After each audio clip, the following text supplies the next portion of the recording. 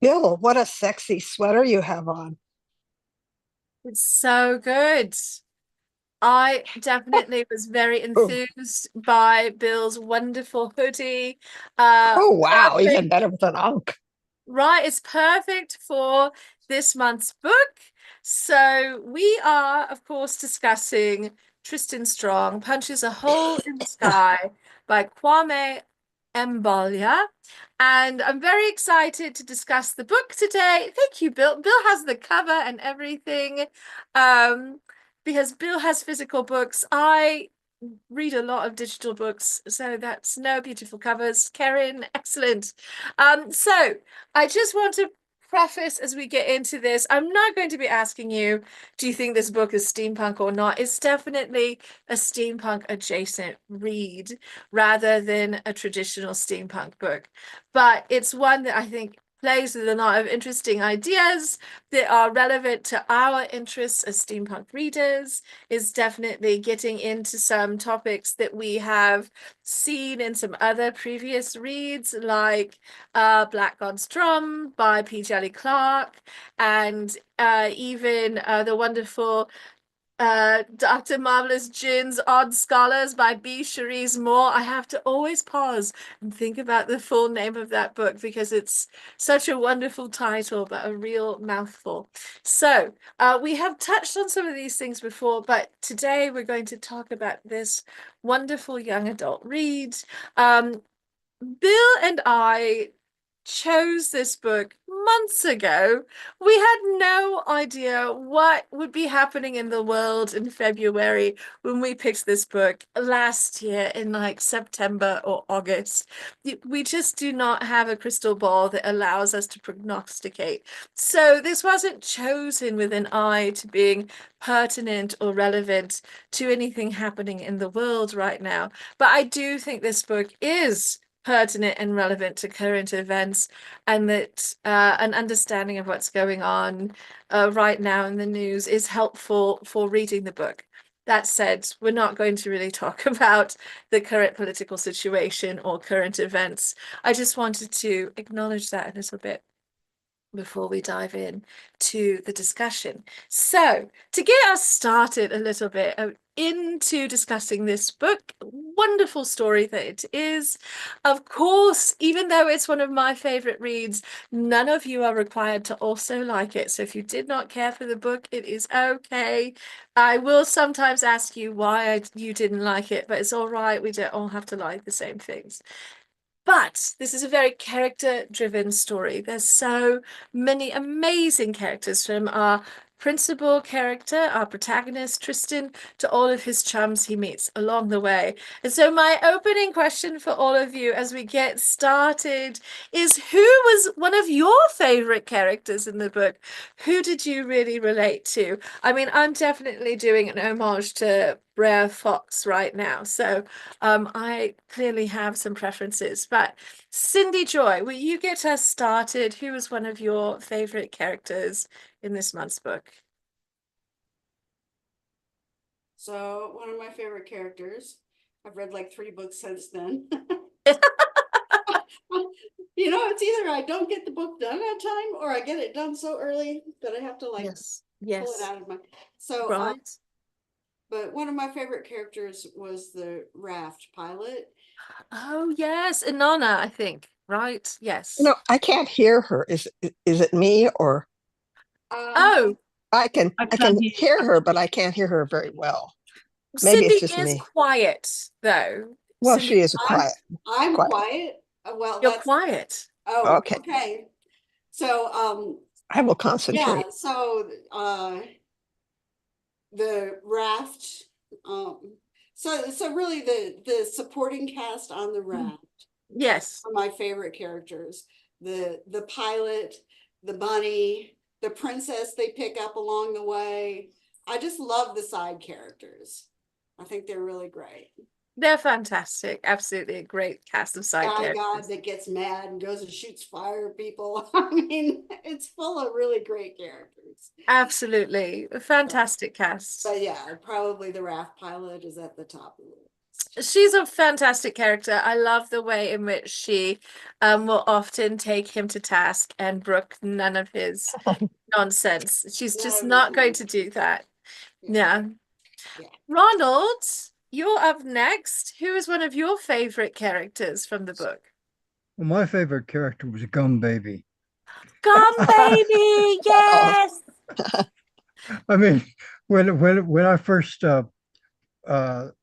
came, when she's first introduced, I'm saying, wow, this is a real outspoken character.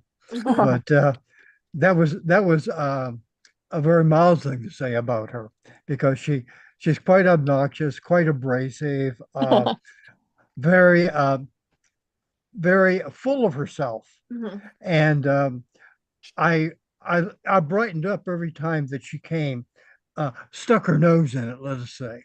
So Yes. I think I liked all of the characters in the story. I wasn't too sure I was going to really like this when I began it, but Mm. starting on page one, I kind of said, "Yep, this is my kind of book." And then when Gum Baby introduced herself, that was a revelation. I enjoyed her very much. She's a fantastic character, really. And she has her own little arc within the story, which I think is Yes. very fun. Yeah. Yes. All right. Lady June Squill, my darling, who was one of your favorite characters? Oh, okay. I am unmuted. Mm. Well, I had a bunch of favorite characters. Uh, I really liked Chestnut, the little Yes. just trying to achieve, yes, to get, rise in the hierarchy. And let's see, I liked Hi John and Old Familiar, the giant crow. I mean, how can you resist? And Right. the crow or raven ladies. I really liked them a lot. Mhm. Yeah. Yeah, no, like every page has like an interesting character on it, right? So it's just a wonderful cast. It's hard to choose. That's why I'm making all of you do it. So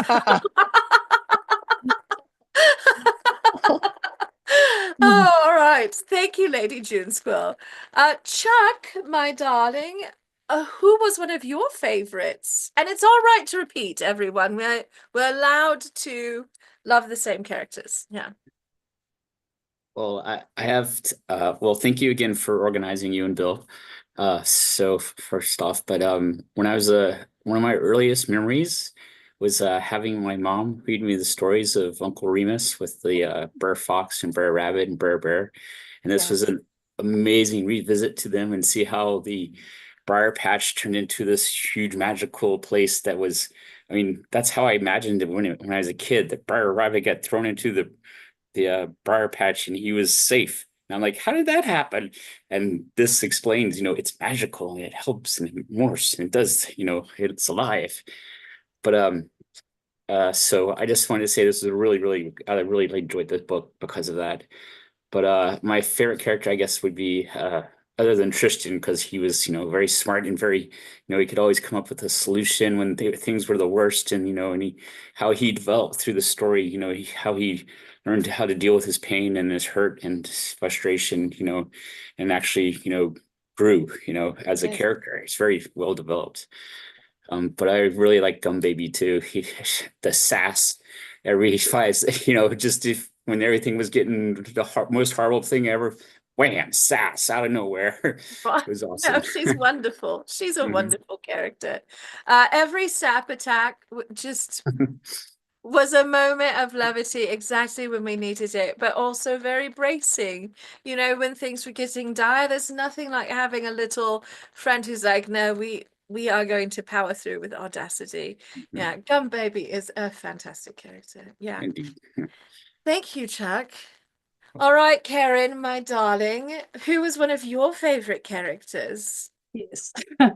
Gum Baby. I mean, when it says, you see, this is why Gum Baby can't have nice things, company comes over and ruins everything. I mean, that's just Gum Baby. And Gum Baby did have their own arc, which was good. And I think they know more than, yeah.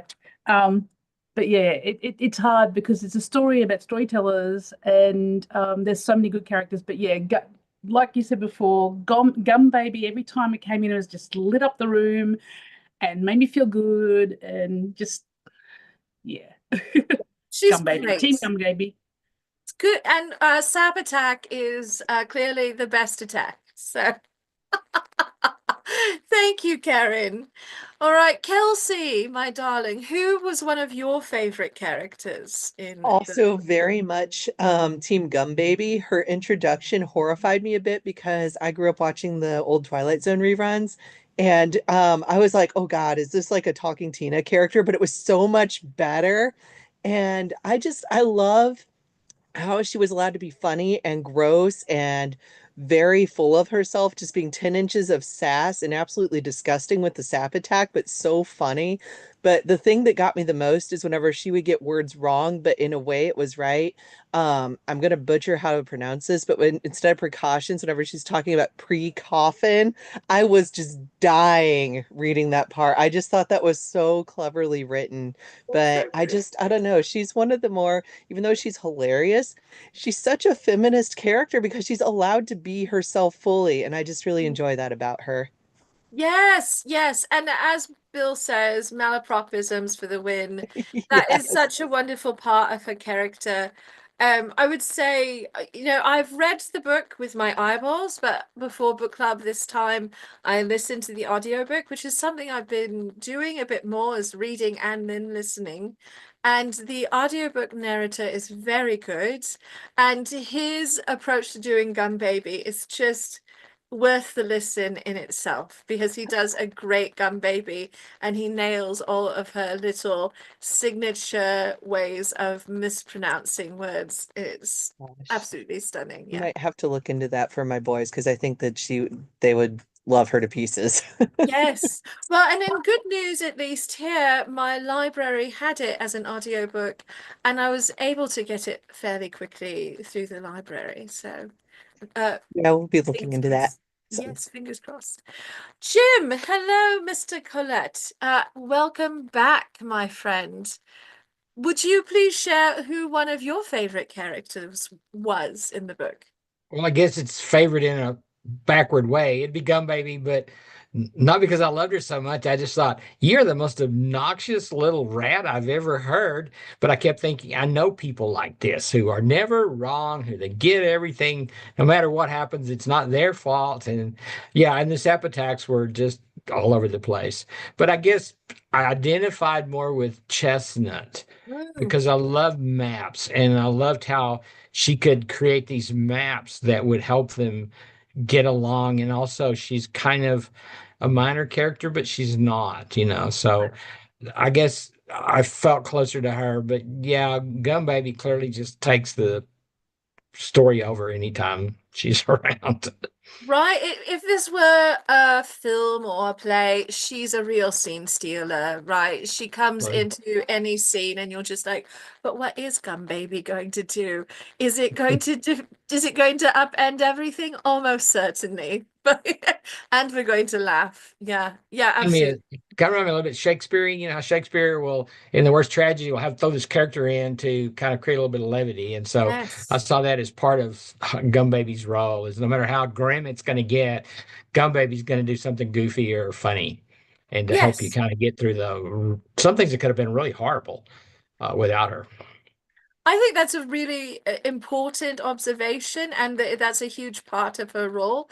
Because something that we may touch on today is this book is tackling some very heavy topics. For all that it's a young adult novel, it is not shying away from some of the heavier things about history, but also just about being a person in the world. And she does bring that Shakespearean sort of leavening to the story that I think elevates the plot and also makes it something more accessible.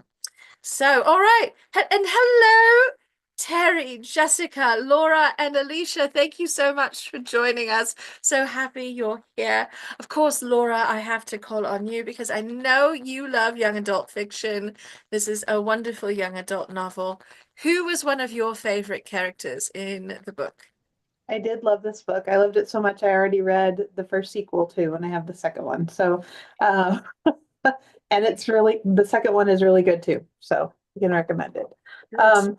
I really liked Brer Fox because in the stories, in Brer Rabbit stories, Brer Fox is usually a villain. And I really enjoyed that he got to kind of redeem himself and be a hero for this. Mhm. Absolutely. Well, I definitely came in with some Brer Fox energy today. So I'm also a Brer Fox fan. He's a great character. And that moment when he's taken off by the Fetterlings, even though I've read the book before, I was still like, no, I don't want it. He's too good. You have to save Brer Fox because he's just such a wonderful character. Yeah, absolutely. Thank you, Laura. Also, it's so good to see you. I'm happy you're here for book club today. Yeah. Terry, my friend, our resident librarian, Oh, what did you think? Who was one of your favorite characters? I don't have a favorite yet. I've been very slow in Oh, no, reading. it's all right. That's okay. I never liked the Briar Patch stories Oh, personally. okay. I don't like Brer Fox and Brer Rabbit and Brer Bear. I could never tell them to a class because I could never get the dialect right.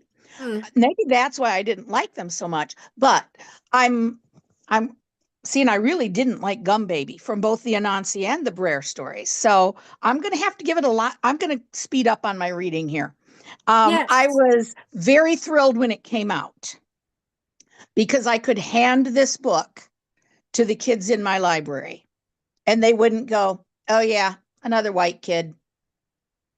Yes, it is definitely not that, right? Yeah, just like Rick Riordan said in the preface. It's like, Yes. yeah, thank you for representing.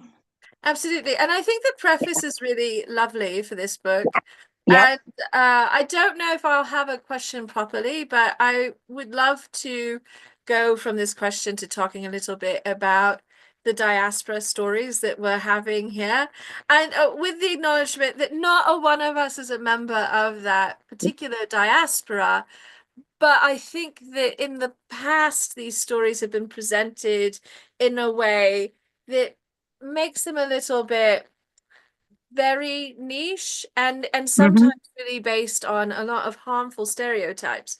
So Yes. it's interesting to see a book like this and some of the other ones that I recommended in yesterday's discussion about book club that are approaching these diaspora folk tales in a way that's more positive and uplifting. It's a different approach, right? Yeah. Yes. Yes. Well, Yeah. Terry, happy reading because Thank I you. hope you enjoy it. Yeah. I will be speeding up now, putting other things aside and finishing quickly, Good. and probably moving on to the rest of them, like Laura. Yes, because it's a wonderful little trilogy. Yeah. Absolutely. Yeah. Thank you, Terry. And also, hello, Kitty. That little kitty ear sticking in the camera. Jessica, hello, my friend.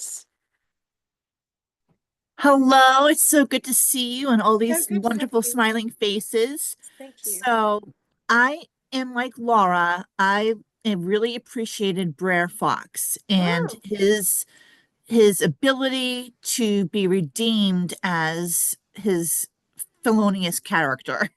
yes. And like Terry, I never quite liked the original stories. I remember being a very young girl in the school library reading these characters, and they seemed mean and awful and not entertaining.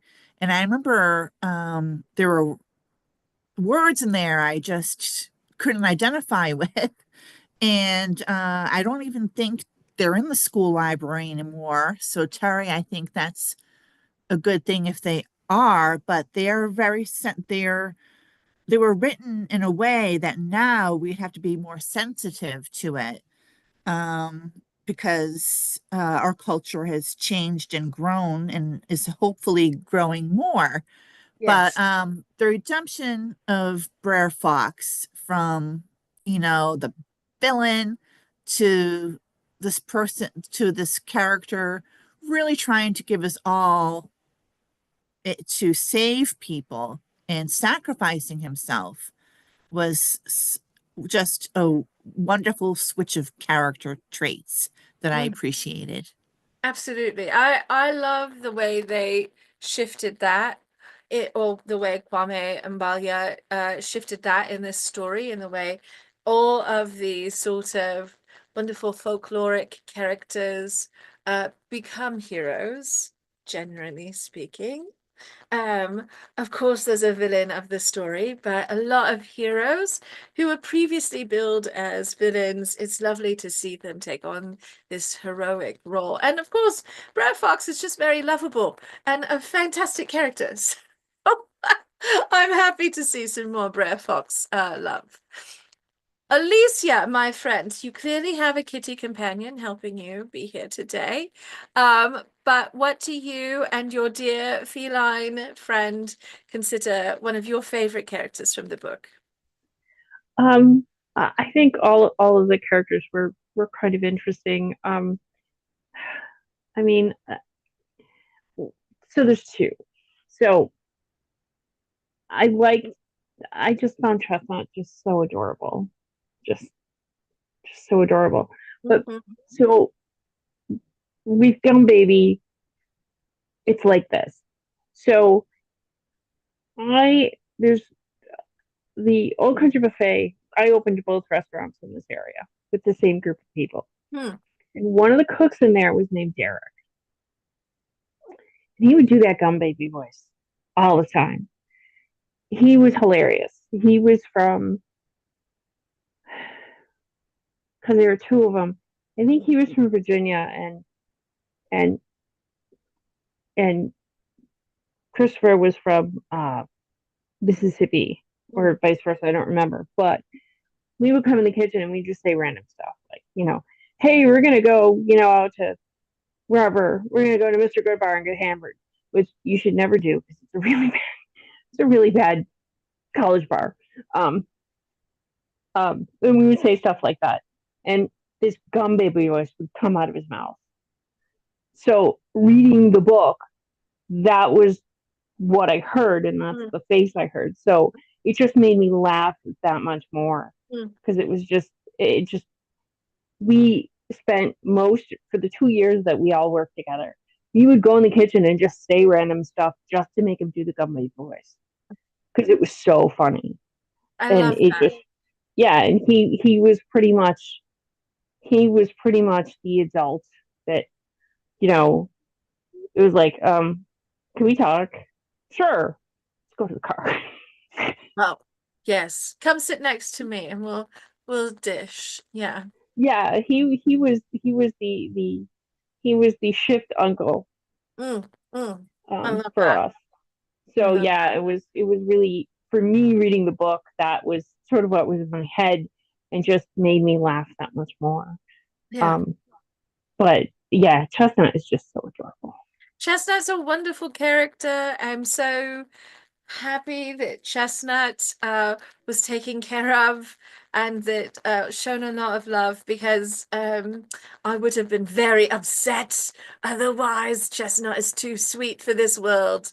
And I too am a map lover, Jim. I love a map, so that part of Chestnut's character was very charming to me also.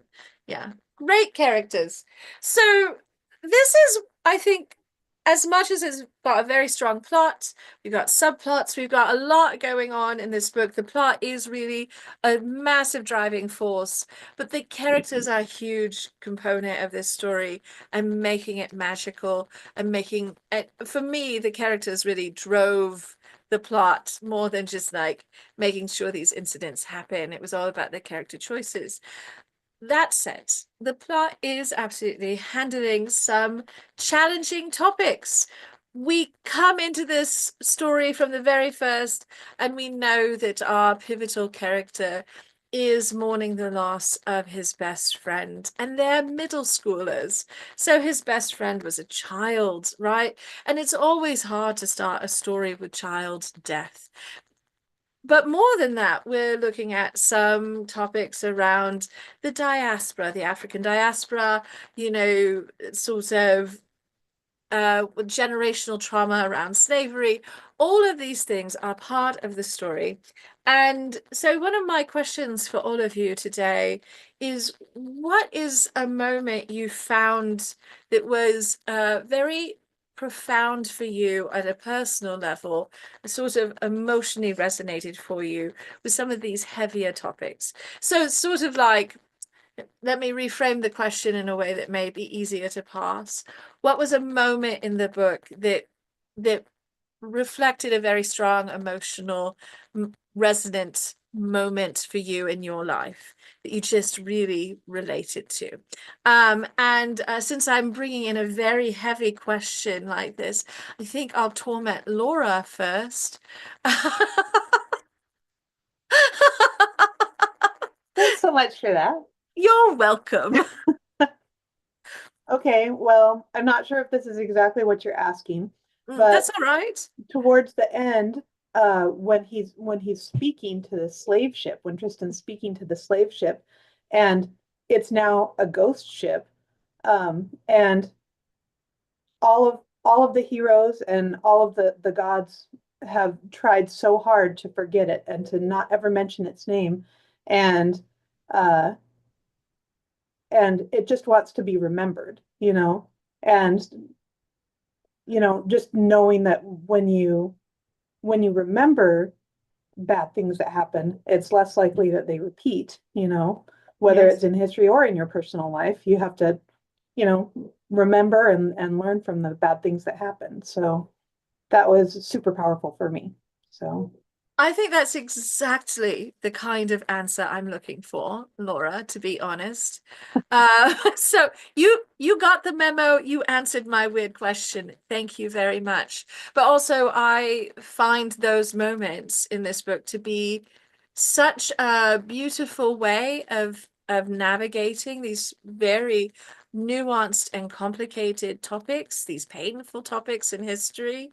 And I think there's something so profound about this lesson that sometimes things just want to be acknowledged and remembered. And it's very powerful to not brush the bad things under the carpet and ignore them. That honoring them is not depressing, but ignoring them can lead to harm. And so I also thought that was a really important and powerful moment in the book. Thank you, Laura. Great answer. A++. There are no grades here, but you get an A++.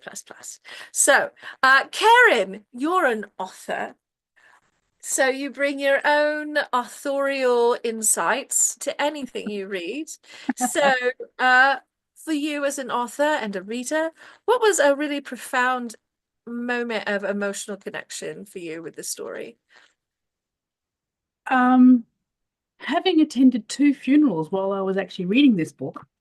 Oh, all right, yeah. I not only was looking at the history, which I probably do not know anywhere near as much about as what you do, but there was bits in here that I actually went and started looking up bits and reading, which is good. But I think I was looking more at the grief that he was doing because of things. And when with grief and other things that happen, we tend to put it aside so our brain won't accept it as a way of our brains protecting us, it thinks.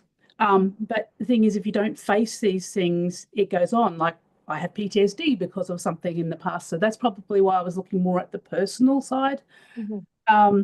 So when he actually is trying to escape meeting up with his friend's ghost or apparition or whatever it was, and then when he finally actually starts talking to him and is accepting that, and it's not just his own grief, but that's the history, the whole metaphor was in together there. And I think that was probably it for me, because I have been going through 12 years of thing trying to get on this PTSD thing. And as I said, 2 funerals while I was doing it. So it was like, while I was reading it, I was really feeling that grief in there. So that probably took me over a bit more than it would have if I'd read it at a different time. I would have been looking more at I was looking at the history too, but you know what I mean? Yes. Well, Yeah. the themes around grief are Same. very critical to the story. And this Same is, thing. I've read it 3 times and it still hits me very hard every time. That said, I am so sorry for your losses. That's a lot. They It's were very old, so it wasn't like it was a child's one, but yeah. still, Yeah, but yeah. yes, it's sort of, but yeah, the grief is there for history and for personal, Yeah. and I think that was a good decision and makes sense, because then you bring people in who are looking at the child's grief, but then you're sort of saying, you're teaching them about stuff that's happened in the history as well that they may not have actually wanted to read about otherwise. Right. Yeah. Well, and I hope in an accessible fashion. Yeah. And whilst I never want our books to make anyone feel like devastated, I'd rather more sometimes, cathartic than devastating, actually. right, yeah. So I do feel this is a beautiful way of looking at and discussing grief in this book. That is not only accessible for a young audience, but as an adult, I found it very profound and like insightful. So I am there with you on that. Yeah. Definitely. Yeah. Thank you. Thank you, Karen. All right, Chuck, my friend, it's your turn to ask this answer this very arcane question that I had for everyone. Well, I tend to agree. It's really how you know, when you're even it's a kid in this situation, but when anyone loses someone that's very close to them, and they're destroyed at that level, and then he got in his first boxing match and he lost that too, and he was overloaded with bad things happening. It's like, gosh, and then the story takes a turn, and then Gum Baby shows up and everything, and he's like, no, I can't lose the one thing that reminds me of my best friend. Oh, it was so hard. It was like, oh man, no. But then, and then the chase ensued, and then the adventure just opened up, and it was like, yeah, and this was all of it. And then, how he still came through with it and made friends and got through it. It's such a good story for that. If I had ever know anyone that is going through this type of grief, by losing someone, I would say, hey, read this book, because this gives you hope. This gives you, that you're not alone, kind of thing. It's like, that's why we have friends. That's why we develop these friendships and know people and get out there. And, that's what I got from this book. Yeah. Yeah, it's so beautifully handled. I think very thoughtful and nuanced. And there's this very big additional theme in the book about the importance of community connection that keeps coming up in different ways throughout. But definitely the importance of having good connection to navigate grief, I think, is a huge part of the conversation that's happening in this story. And I love the way he presented that. So thank you, Chuck. Thank you for honing in on that portion. All right, Jim, my friend, it's your turn. What was a part of the book that really connected with you emotionally? Well, I mean, the grief part was there, but I think what got to me, because I've seen it happen in my own family situation, is the guilt thing, where he felt like at the bus wreck, I should have done something. I should have, it wouldn't have made any difference, but he still felt that way. And I watched a situation dealing with suicide in my family that guilt ate up people, and it wouldn't have changed it. It didn't, you can't stop those kind of things often. And so, and even breaking the bottle tree and all that, that he caused all this. And so having to deal with that and having to understand you can't take on guilt that you don't need or that you don't deserve. I don't know how, it's kind of weird, but you have to grieve, but don't imagine that necessarily you could have done anything differently. Yes, and I think that is such a listen, this book is full of wonderful lessons that are written for young people, but are very pertinent to adults. And that is why I think for me it's such a brilliant piece of fiction, because even though it is a young adult book, it's very pertinent to an adult experience. And this is a thing that adults absolutely struggle with, that sense of taking ownership of guilt and responsibility for bad things happening when you had no control and no ability to change the outcome. Especially in our current culture, such as it is, I think that people tend to take a lot of personal responsibility for things that are out of their control, because we have this very like individualistic narrative, right? And it's hard to pass when things are yours to feel bad about and feel responsible for at the same time. So thank you for talking a little bit about the grief component with that guilt mixed in, because Tristan really does spend a lot of the book navigating these guilt feelings, and watching him do that is very cathartic. So thank you, Jim. All right, the whole screen got shifted around, so I'm going to try and stay in order. Kelsey, my darling, let's hear from another author. What was a part that really connected and resonated with you emotionally?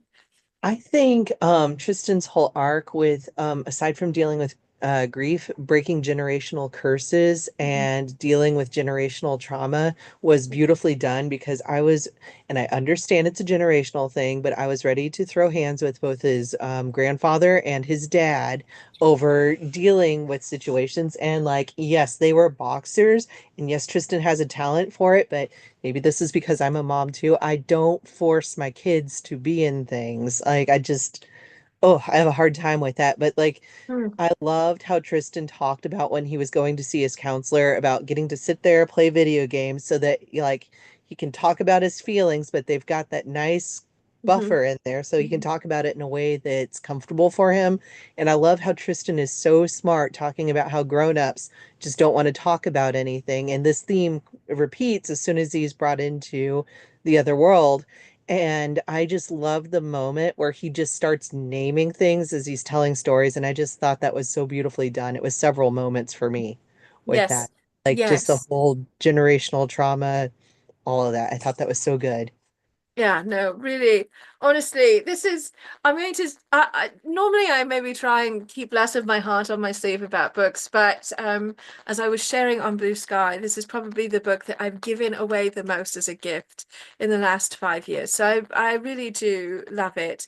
And this is a portion of it, because he's handling these very heavy, very complicated, thorny, if you will, topics with a lot of gentleness and kindness and compassion. And the generational curse, this trauma that they are working through, is really a huge part of that. So thank you, Kelsey. All right, Lady June Squill, my darling, it is your turn. What is a part that really connected with you in the book in an emotional fashion? Um, uh, I I don't. Well, I was really mad at his father and grandfather for what they Yes. were doing to him. And since I think boxing is a ridiculous sport, I thought that he should have been allowed to play baseball or basketball or something. But Right. but things that it was just learning all the myths and folk tales of for the Black culture. And when I was a little kid, there was a movie which I don't think is available anymore on It is not. Disney, It is not. Yeah, I know the one. Song of the South. Yes. And I learned some things from that, and it had its moments, but yeah, this book is amazingly powerful. It is. And it's lovely because, Song of the South, some of us who, are under a certain age have been exposed to this animated film. And it took some really interesting source material, and in some cases it did some good things, and in other cases it did some terrible things with the source material. So it's not really available anywhere anymore. With But Disney. it introduced a lot of us to those folk tales, and so it's really interesting to see them here presented through a different lens that is, I think, much more nuanced, very thoughtful. So yeah, thank you, June. It's always, I appreciate your insights. So yeah. And also, yes, I got very angry at the father and grandfather on Yeah. multiple occasions. I wanted to sit them down and have a conversation with them. So Yeah, especially the grandfather. Oh, you yes, shouldn't write, and you shouldn't read, and you shouldn't pay attention to all that stuff. Made me wonder whether he could actually read. yes. Well, he really was very good at like burying his feelings, and Yes. you know, there's a whole conversation there too around, you know, some of that generational trauma and the curse, and what was mentioned earlier about like how important it is to actually just talk about things and to acknowledge things rather than ignoring them, because that can cause more pain long term. So, all right, Ronald, my friend, hello. And What was one of the moments in the book that really connected with you on an emotional level?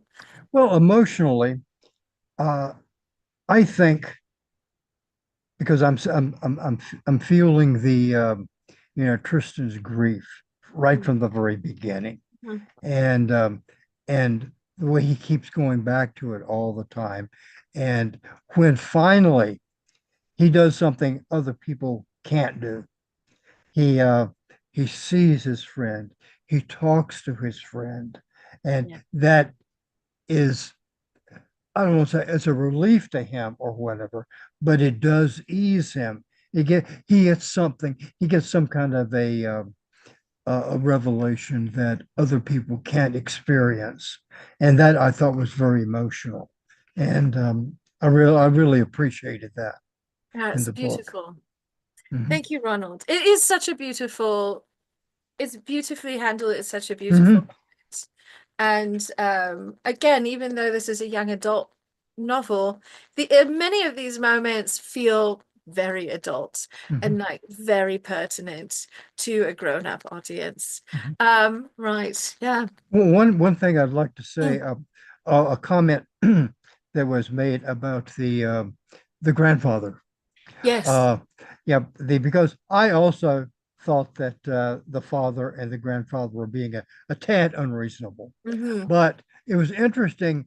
Just today, I watched a couple of videos uh, of um, the writer speaking, Yes. and someone asked him uh, who he most connected with Mm, of all the characters, and he said, surprisingly, the grandfather. the grandfather. The grandfather, and the reason he gave was he took the scene where Tristan is going on the road trip to Alabama, and the grandfather is just shushing him and all of that, and everything he says, he cuts him off, and he says he could he enjoyed writing that because he put all the frustrations that a father has on a long trip with his children, and all the things that goes on there. He put that all there. So that's why he was most,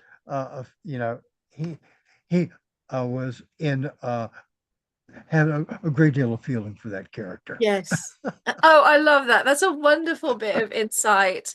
And also, the author is such a wonderful speaker. Oh, he is, Yeah, he's really delightful. I love that you were able to find some things with and discussing the book. he read he read the scene where Tristan meets Gum Baby, and he does a great Gum Baby. He really Oh, does. oh, I almost fell off my chair when I heard he did that. It was, oh, that's good. so good. Well, thank you. Now I have to look for that video Yep, because that sounds amazing. Yeah. yep, No, that's lovely. Thank you, Ron. sure. All right, Bill, my darling, our buttery goodness. I skipped over you last time, so if you'd like to also share who one of your favorite characters is, we would love to hear it. But what was one of the moments in the book that really resonated with you emotionally? Well, the moment for me was towards the end, the where he was talking about the slave ship.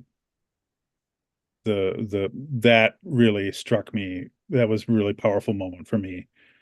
Um, it- oh boy, I have lots of thoughts about this book. Yes. But so all of the adults are jerks.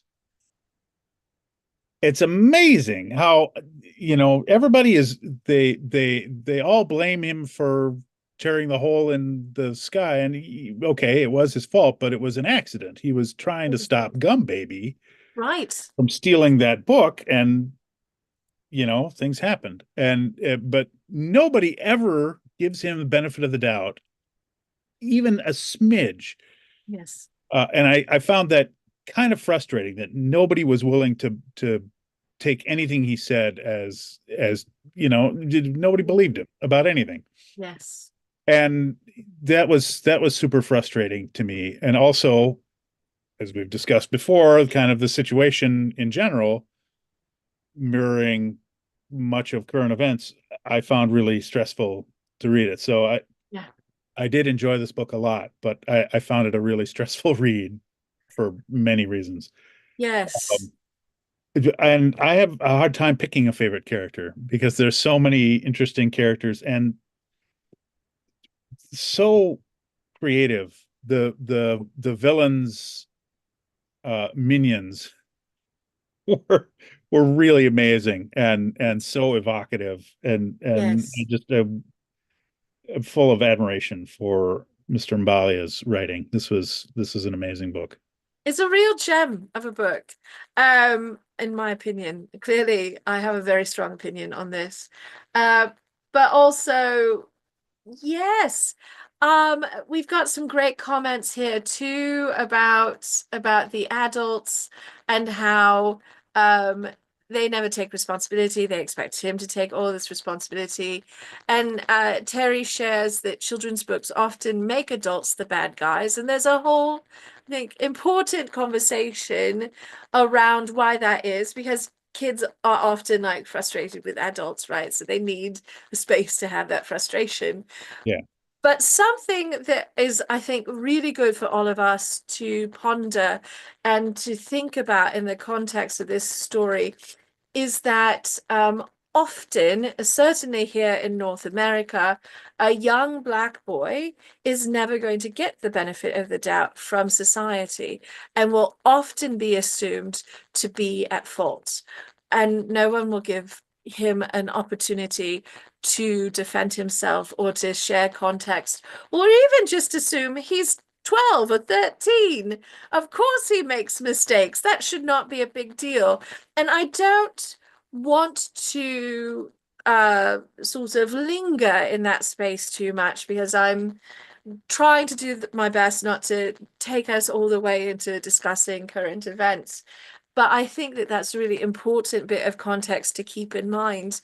I don't know if the author intended that as part of his messaging, but for me, that was a very poignant part of the story because I kept reminding myself, as frustrating as it was to read, how much more frustrating it must be to live in a society that just assumes that you're always the villain or that you're always responsible for things out of your control.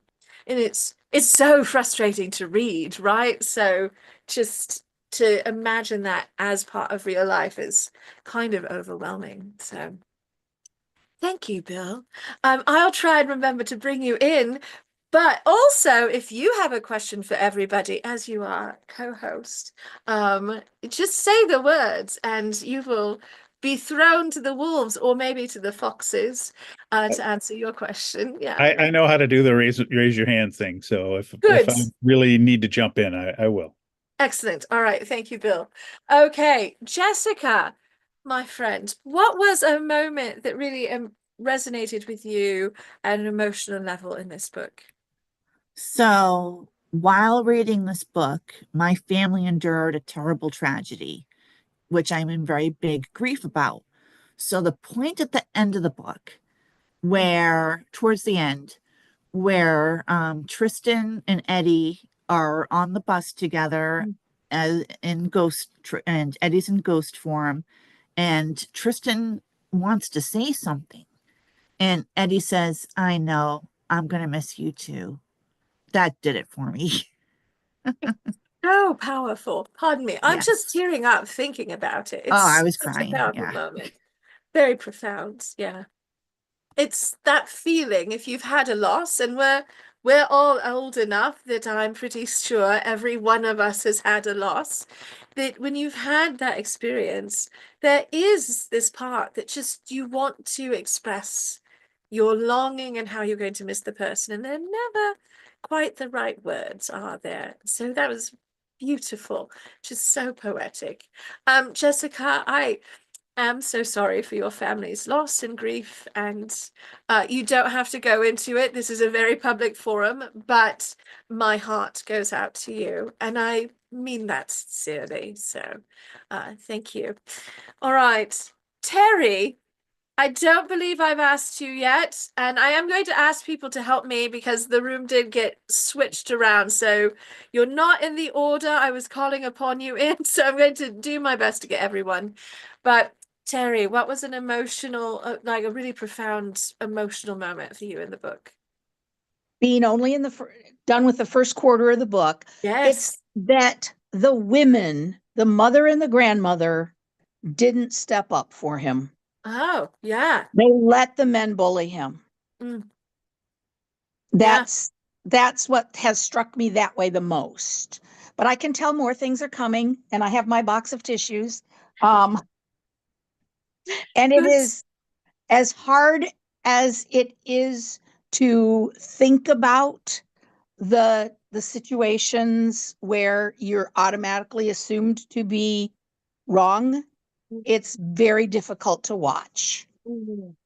Many of the young people I know go through that, and it's very difficult. It's so hard. Yeah. And Right. you know, there's a librarian in this book. I don't think you are introduced to the Nope. librarian in the first quarter, but there is a librarian Okay. that we are introduced to later in the book, and she is a profoundly important figure in Tristan's life, as librarians are often a safe place for young people to be treated with respect. And as a librarian, I know that you do this work. So That was our goal. yeah. So you do have a little like homage to librarians later in the Good. book to look forward to. Good. Yes, yes. All right. Cindy Joy, what was a moment in this book that resonated with you really profoundly at an emotional level? So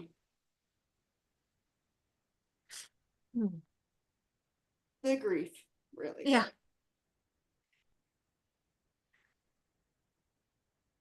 It's okay. I already cried during book club today, so you need to have a moment. It's all right. Jesus. Okay, when Tristan and Eddie were on the bus.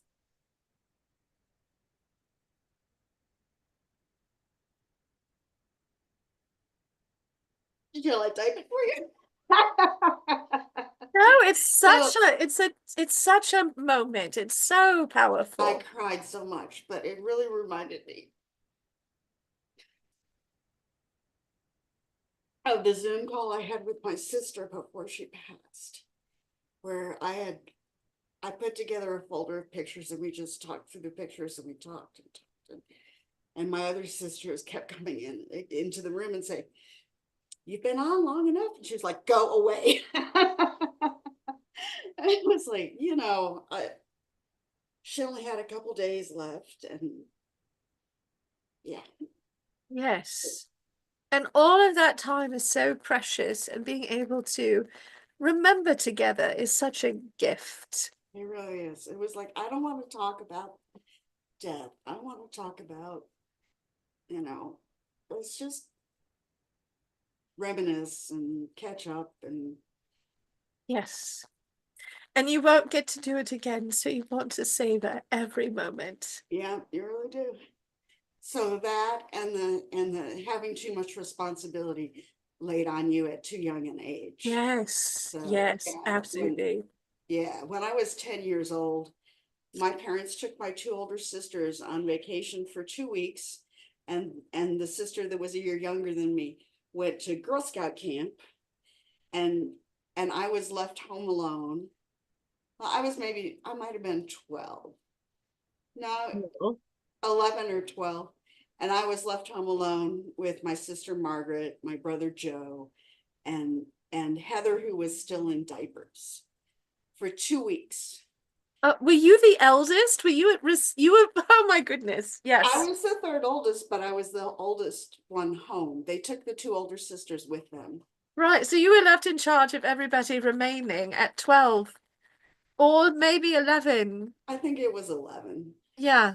It was yeah, but that, was kind of representative of the amount of responsibility that was regularly put on me, because Yes. I was capable of it, and and should I have been? I just don't know. But yes, that is almost a Gen X story, but also that parentification, I believe, is the technical term. Oh yeah. But Tristan, as you say, is also suddenly given a very outsized responsibility for someone of his age.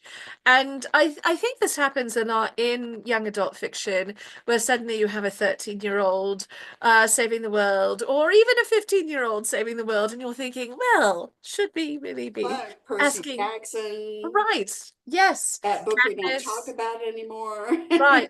Yes. But Percy Jackson is a perfect example. Katniss from the Hunger Games.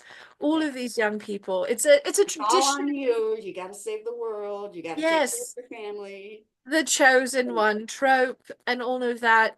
But I think that one of the real treasures of this book is that whilst that is happening, the author is also critiquing it a little bit, right? Yeah, And so he's not making it look like this is the way it should be. right, exactly. And I really And I wanted to appreciated that. smack the dad and the granddad.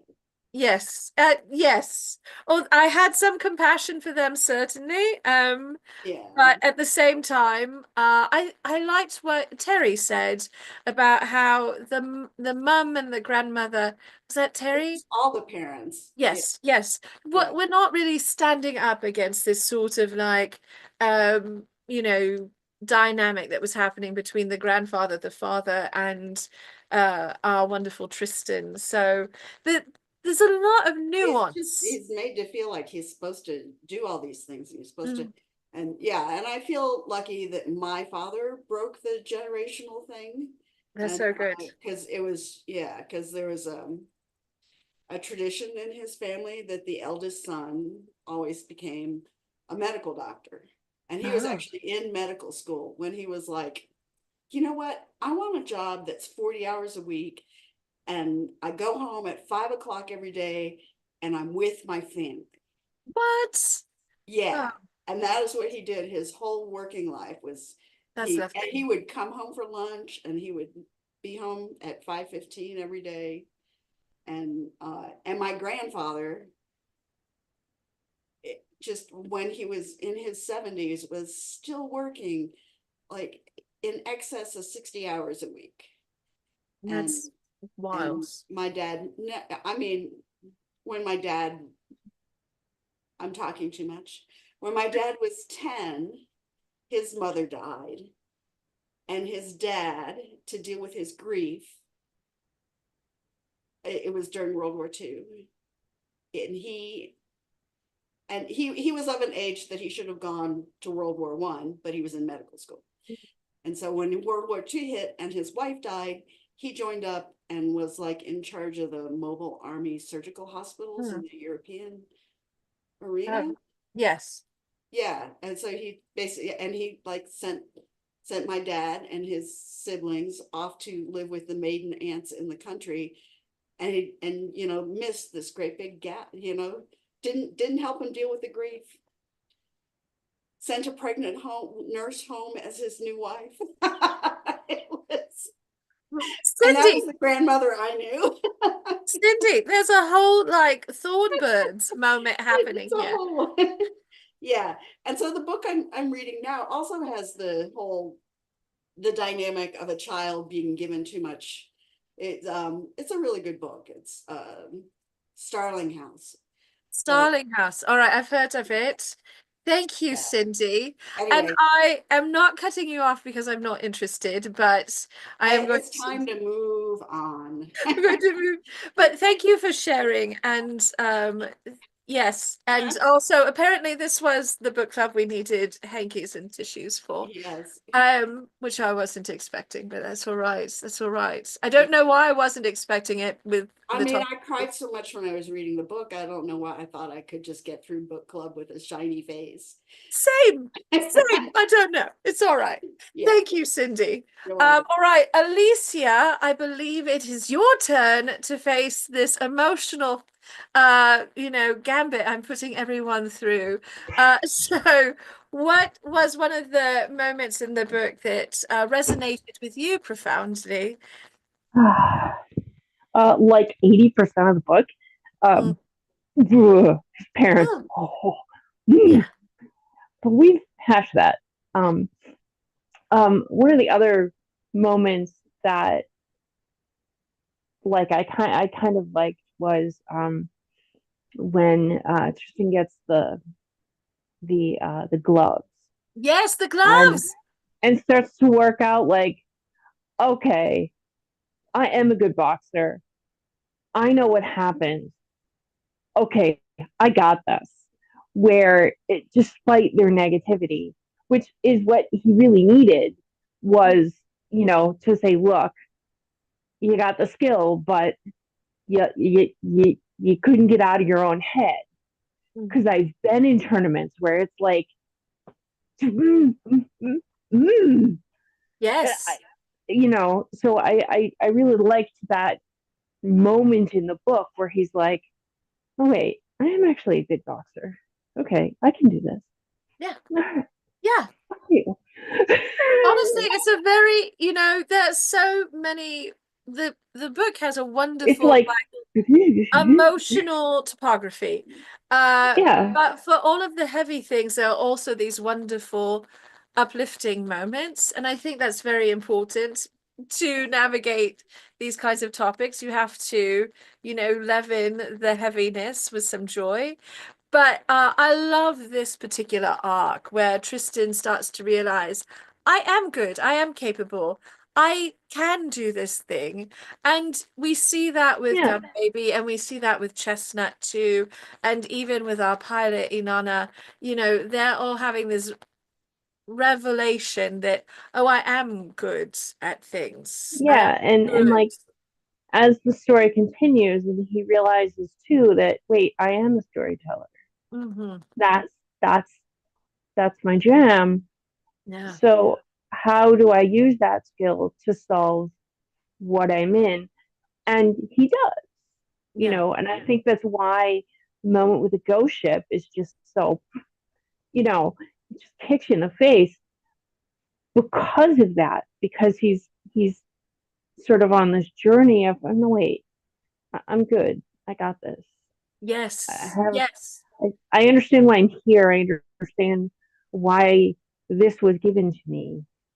I understand, or I have a sense of where to go with this. Yeah. Oh, beautiful. Thank you, Alicia. And I'm so, listen, again, you're never required to love a book that we bring to book club. I'm very chuffed that all of you are getting so much out of this book, since it's very dear to me. Chuck, I believe that it's your turn. I don't believe I've tormented you with this question yet, my friend. So, and if I have already, my apologies. Yeah, we actually I already answered this one. Oh, good. All right. Yeah. Good. Excellent. Is there anyone I missed that I have not? I got all of you. Okay, that's great. You cannot see my screen, so you certainly don't know my process, but normally I keep track by your position on screen so I can try and get everybody. And it just like turned you all around. I'm like, oh no.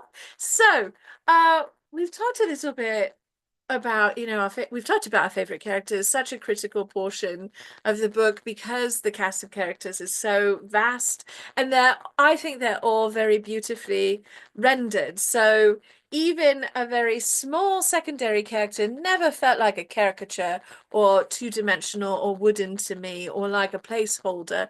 The author does a really loving job with all of the characters, but he's also navigating these very heavy topics and this really rich but fraught emotional landscape of guilt and generational trauma and grieving and trying to navigate having too much responsibility and not enough faith placed on you as a young person. These are heavy topics.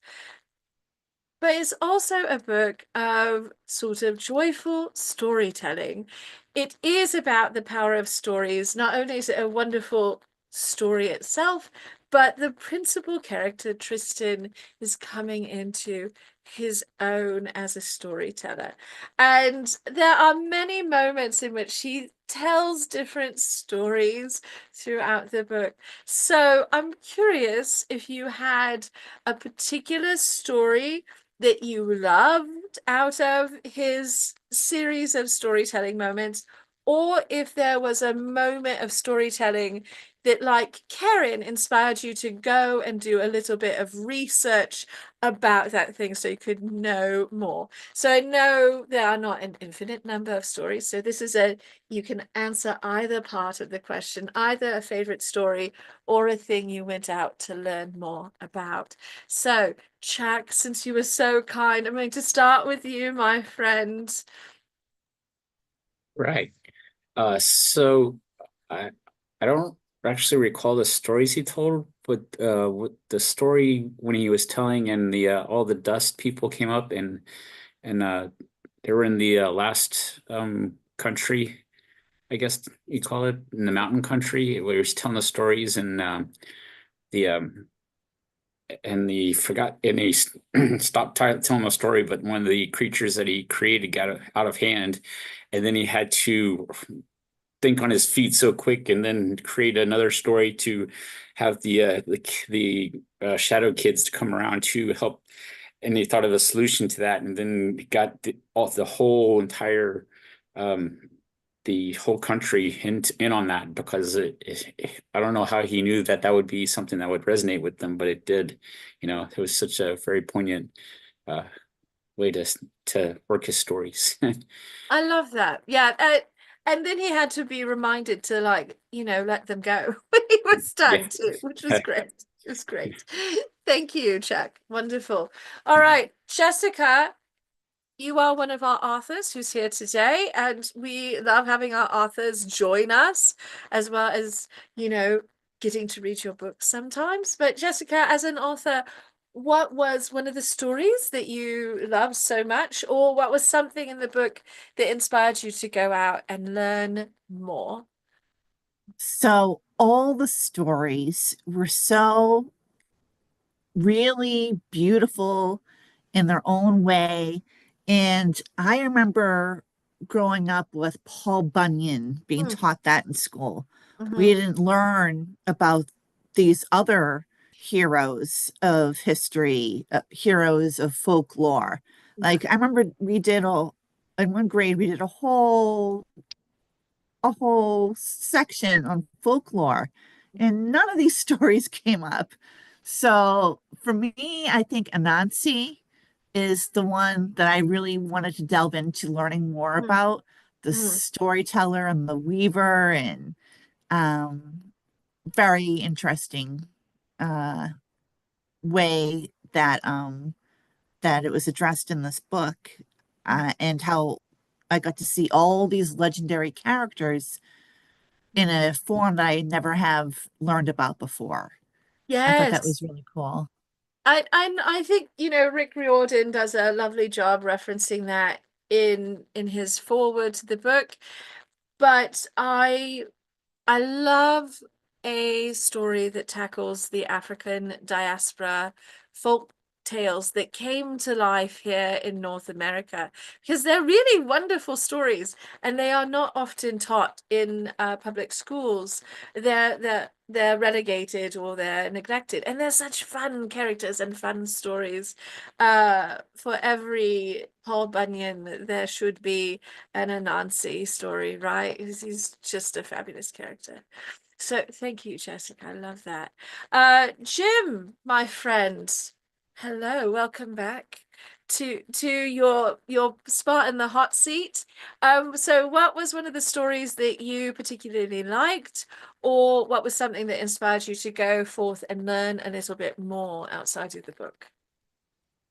Been inspired, but I haven't gone and learned yet. So Oh, that's I all kept right. going, I need to learn this. I need to learn. I think you would appreciate the novel much more if you look up all the different things. Some I recognize and some of the slave references and things, but I guess the one that, because I haven't quite finished the book, the one I remember most recently is when he called up the Man of Smoke to help some of the kids escape from the Briar, you know, when he was still kind of stuck with High John or whatever. And uh, uh, so I thought that one was good, how he was able to begin to use his power.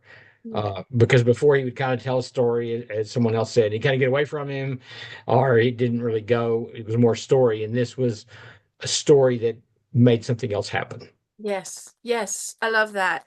Yeah, and yes, there's so much, and I actually intend to put together a little research guide for everyone to enjoy after the book, because there's so much history and culture that's referenced, but also the stories themselves are just so beautiful and so well used, and I love that moment with High John and the ghosts. Yeah, it's really very good. Thank you, Jim.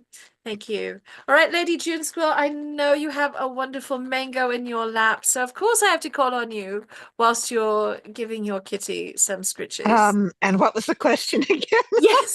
Well, this is why I reiterate it, because I'm too chatty. Well, of What was a course. story you liked, or what was something that inspired you to go out and, like, you know, you want to learn a little bit more about it?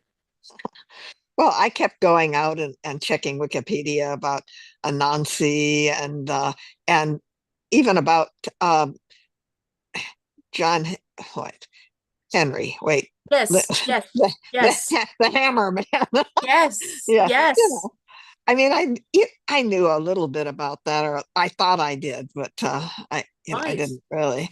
So I think it's certainly worth researching some more. And one of the people was that Ronald, who said that he'd run across some videos of the authors speaking and reading, and I'll have to look those up. Yes. No, I love that those recordings are out there, because I imagine Oh, thank that, you very much, Kat. yeah. Oh, I'm sorry. that's all right. Mango's Kat- helping. Yeah, Mango always helps. Mango loves to turn the pages on my iPad, you know. It's like, stop it, Mango, stop it. Mango's a little bit like the leopard on the Golden Crescent, that Gum Baby is trying to throw sap attacks at the leopard's tail, which is one of my favorite moments in the book. Yes, I think a Mango needs a few sap attacks.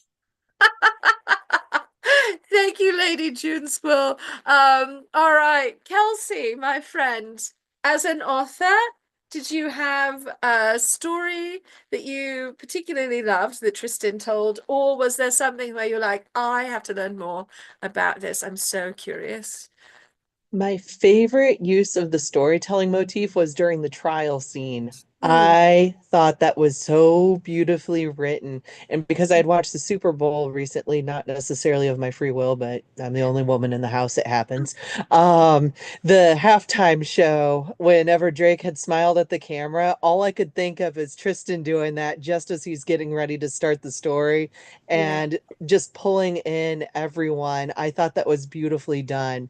But we were talking about this in the chat a little bit. The only of these folk tales that I had learned about whenever I was in school and we covered these things, probably around 10 or so, was John Henry.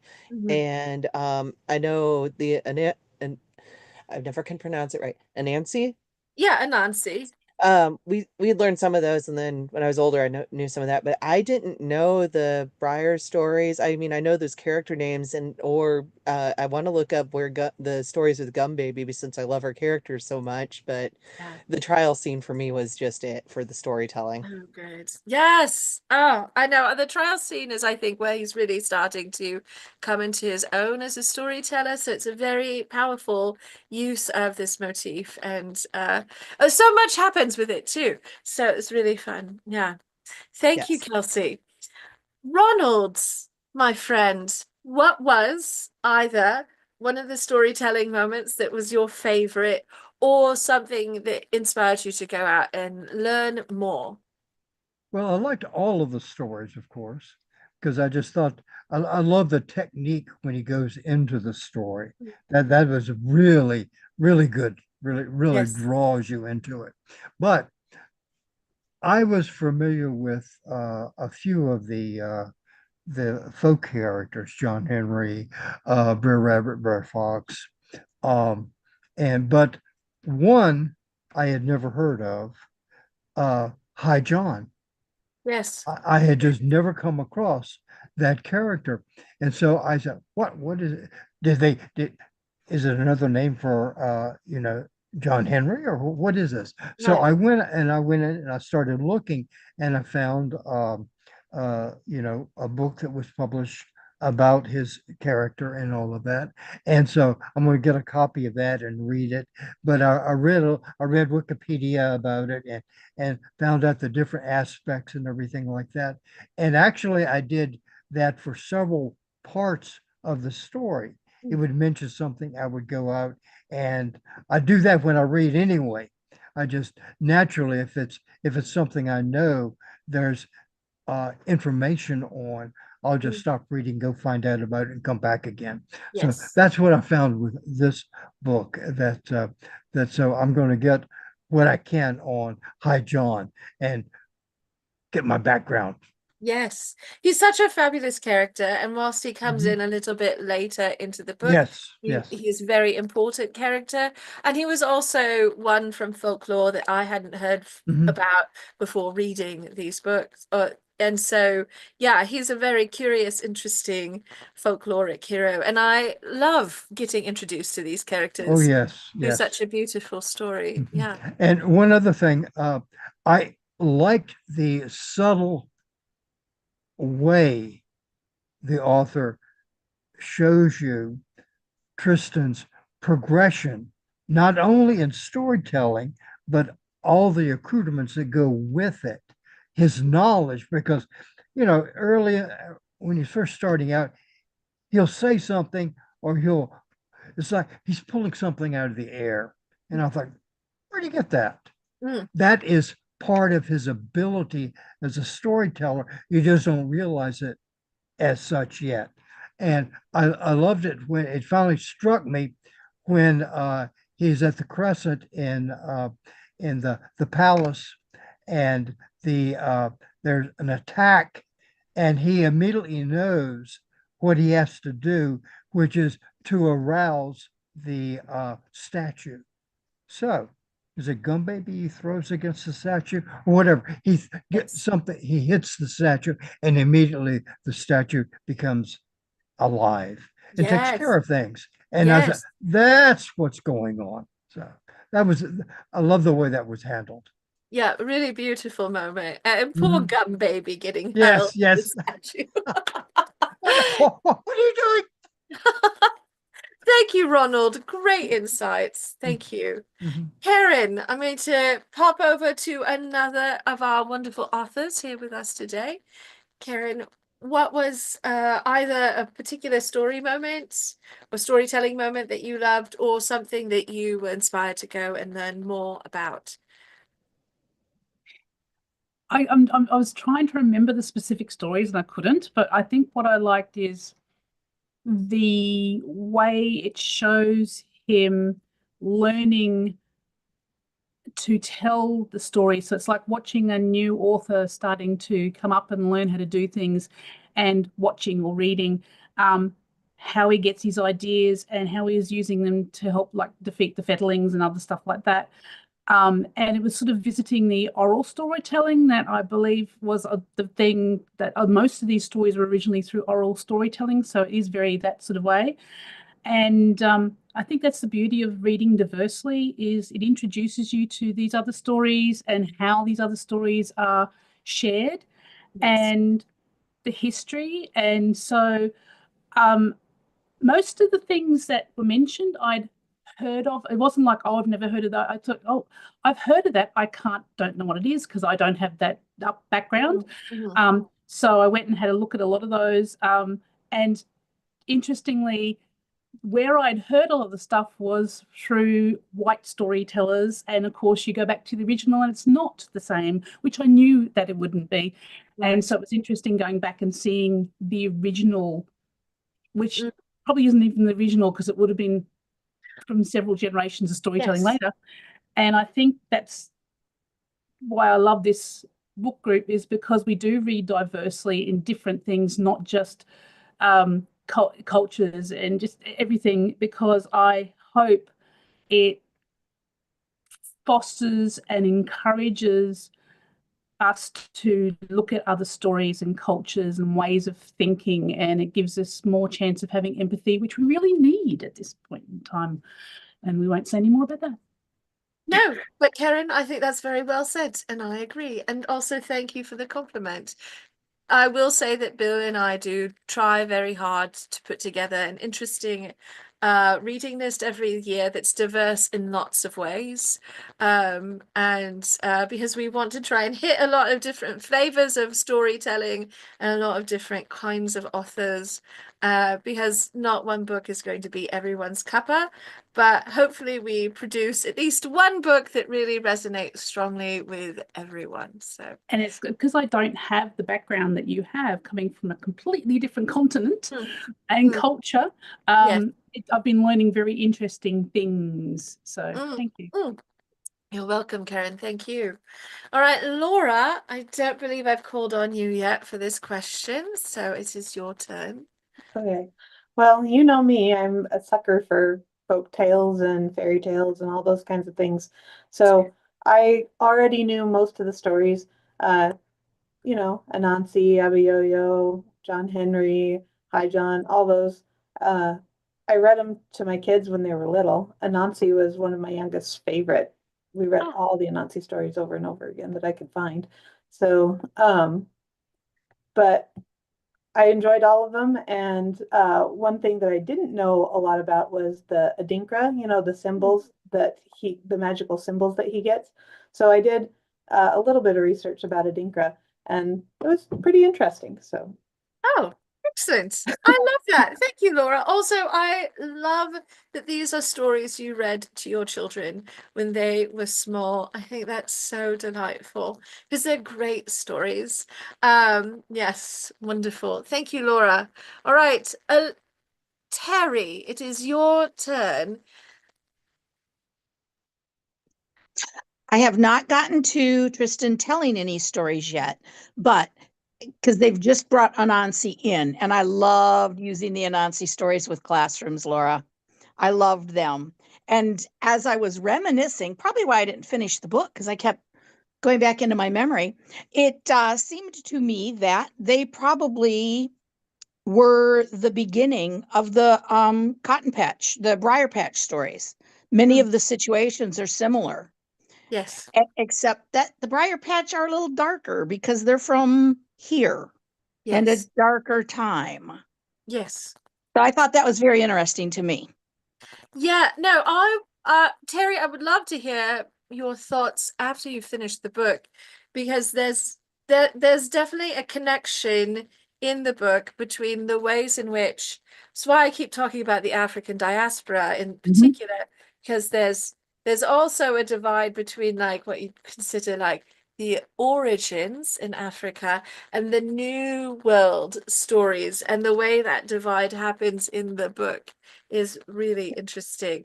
But I believe the sociology, the anthropology is in agreement with you that the Anansi stories, all those stories are sort of the original genetic material that helped spawn some of these folklore tales that we have in North America. Yeah, really beautiful. Thank you, Terry. Thank you. Yeah, all right. Alicia, and then Cindy, we're going to wrap up with you. So prepare yourself. And most, I don't know about, I mean, all the stories were really wonderful. Most of the folklore, like I kind of knew, and maybe not necessarily the names, but I at least knew at least pieces of them. I don't know about the magical symbols. I have to go look that up because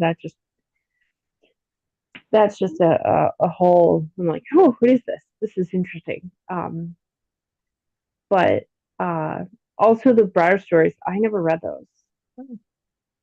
It's one of those things that I should read, but it's like, do I want to read these? Like, Well, do they're I? wonderful when they're presented well, right? You know, yeah. Yeah. It just, and I think, yeah, because I know they're sort of the antithesis to like the Beatrix Potter stories, which A little bit, yeah. those are just a mess.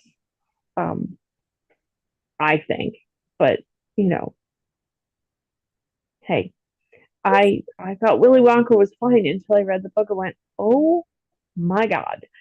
Sometimes the movie is a little bit more charming than the source material. Depends, of course. Yeah. Although But I still can't watch Willy Wonka, but that's for other reasons. But yeah, I really want to do some research on the magical symbols because it's like I don't like I know that there's certain patterns that are used for things like even like the wax pattern fabrics that I've seen. I know they represent certain tribes and certain parts of Africa. I don't know the specifics and I don't know why they're represented that way. And it's another rabbit hole I want to go down because some of them are just beautiful. And it's like, well, if I'm going to wear this, I need to know why. I need to be able to talk about it. And I go, oh, well, it's this pretty pattern that I bought. You know, like I can't do that. And may I say, my friend, I promise I won't linger here too long because it's a bit of a tangent, but the history of fabric in Africa and the wax prints and everything is deeply fascinating. We shall have to talk about it a bit on the Discord because it is more complicated than you might assume, but it involves I know it's colonialism. I know from people that I've worked with who are, and also when I took some classes at the Royal School of Needlework in Kentucky, we sort of got on this tangent, and one of the women in my class was a preservationist in the South somewhere. It's really bad that I cannot remember that. It's from 2018, but anyway, she had talked that there's this whole history and this whole thing similar to like the Scottish plaids, like the tartans and stuff. She said it's very similar to that. It's very complicated and it's very specific. And it's like, okay, I need to know because they're just so wonderful. And I guess there's all these stories with the fabrics. So like it's one of those things I need to take a deep dive. I just don't have the 6 months to do. No, whomst amongst us. I do. But we'll chat about it more because it is a delightful topic and it is something I've read up a bit on. So we'll chat about it. Some in Discord, for instance. Okay. Our favorite place to have rambling, wonderful, tangential conversation. Yeah, I know it's not at all related to the book, but it's not. it is. but it is. Thank you, Alicia. All right, Cindy Joy, you are closing us out. And thank you, everyone. We've gone a little bit long today, but what a wonderful conversation. And I really appreciate all of your fantastic insights about a book that I love. So, Cindy, what was one of your favorite stories or something that inspired you to go out and learn a little bit more? So I'm going to go tangential first and say I really love the wax print fabrics out of Africa and also the batik print fabrics out of Indonesia. Oh, somebody's been doing her reading. Okay, good. Did I need to do reading to know these things? Yeah, I love them. But yeah. I mean, and I did that reading back when Jingle Jangle came out. Right, yes, because absolutely, 100%. Oh my God, those costumes. Yes. Anyway, okay, but getting back to, so there's two story scenes that I really liked. And the first one is when Tristan first realizes that he can call up the figures and has the and really has the illumination of, wow, this is really cool and I really am a storyteller. And then towards the end when he accidentally calls up, I'm going to say it wrong, Abiyayo. Yeah, I think so. Goodness, I just listened to it on the audiobook. Abiyoyo. Abiyoyo. Thank you, Terry. Thank you. That's the way I said it the first time, but yeah, and then and then tricks him with so it's like the beginning of being able to do the storytelling, and then the fruition of of how far he can stretch himself, because that was far. So that was and doesn't even really matter what the stories were in there. What I liked was him discovering the talent and him developing the talent. And I also like your earrings. Oh, thank you. Oh my goodness. Are those roses? No, they're little foxes. Oh, they're little foxes. And do you have a fox curled up on your shoulder too? Like a little silver pin of a fox? It's a little teacup on a book, because I usually wear something book themed to book club because I am twee. Love it too. Oh, that one is a black power fist. So it's a what? Oh, it's well, that's appropriate for today. Yeah, no, there's a whole listen, I always tell a story with my jewelry. So but thank you. Yes, these are my fox earrings to go with my fox dress and my your fox ears. Yes. And your fox fur behind you. Yeah. Thank you for picking up all of the details. Thank you. So yeah. And I'm very familiar with a lot of the stories. Yeah. But but of course, I mostly from my time in Texas. So hearing them through a Black perspective instead of through what we got fed in Texas. Yes. Yeah. I think it's very important. And this is a very, strongly held personal opinion, but I think that you really do need to hear some stories through the lens of the culture in which they originated. At least once you should hear them that way. Well, I think it's a reinterpretation of those stories. Really, yes, in this case, for this book, absolutely, it's a reinterpretation. Yeah.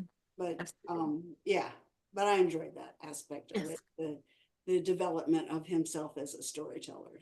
Really wonderful. Yeah, I love that too.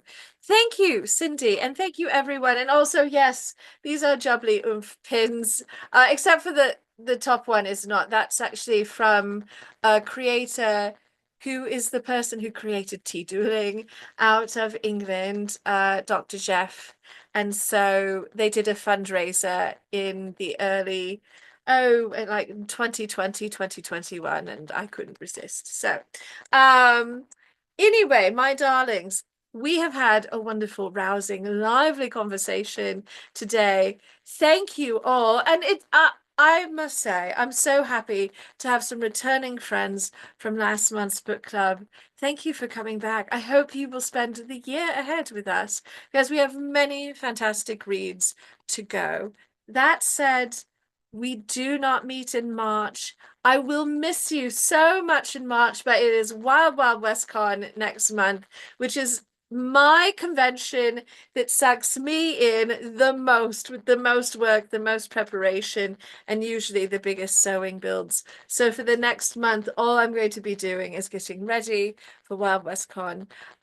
So we will, yes, there's going to be Tuesday night sewing and Saturday afternoon sewing in the Discord, and probably lots of sewing nonsense posted to Patreon and elsewhere. But we will be back in April with another book, The Strange Case of the Alchemist's Daughter by Theodora Goss, which is a book we read in the in-person book club back in the day, and it's so good. It's such a beautiful book, beautifully written, very interesting story that we are reading it for our virtual book club. I'm very happy to be presenting it again for all of you.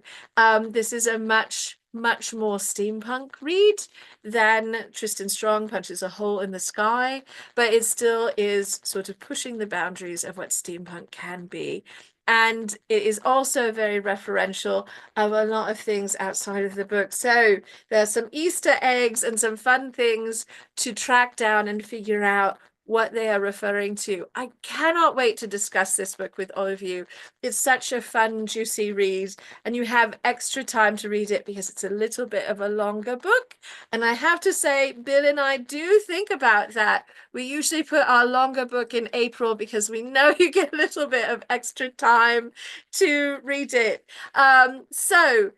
We are going to be meeting on the third Sunday of the month in April, I believe. No, we're not, Bill. Fourth Sunday of the month because we're skipping over a holiday, right? Yes, Bill and I are playing charades. So I will post the date, of course, and all of that information. But the most important thing to know is it is The Strange Case of the Alchemist's Daughter by Theodora Goss. And I want to thank you all again for joining us today for the discussion of Tristan Strong Punches a Hole in the Sky by Kwame Mbalia. I hope you will give more of his books a try.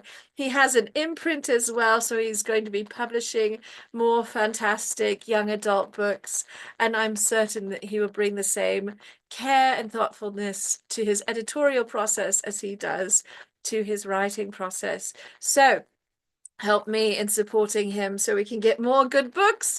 Remember, the best thing you can do for an author is leave a review, and no one is grammar checking your reviews or leaving grades on them. So even a one-sentence review, I loved it, it was better than Cats, I'm going to read it again and again, is a completely legitimate review, although nonsensical in this context. So my darlings, go out, leave a review, recommend the books, help support our authors so we can get more wonderful books. And to everyone who's watching along on YouTube, thank you so much for being here for book club. As a final note, book club would not be possible without our wonderful Patreon community that makes all of the virtual content and events that we do every week possible. Thank you, Patreon subscribers, for making it so that I can host an event every month where I get to do my favorite thing, talk about books with friends. And to all of you, thank you so much for being here. As we go out into the world, this is my reminder to you to please take very good care of yourselves, to treasure yourselves as I treasure you. And that does mean I expect you to stay hydrated, wash your hands, Get your vitamins and minerals. Get those vaccines in, maybe a booster or two. Science is lovely, and we're steampunks. We love science. So use science to take care of yourself. And remember, if you don't, I have to haunt you like an enraged cat, and you'll never have another nice cup of tea again because I'll knock them off your desk forever. So, my darlings, see you Friday for our Friday shenanigans. See you in April for book club. And for those who cannot join us at Wild West Con, we will do our utmost to live stream our panels as usual. So watch for that. All right, my darlings, take very good care. Thank you.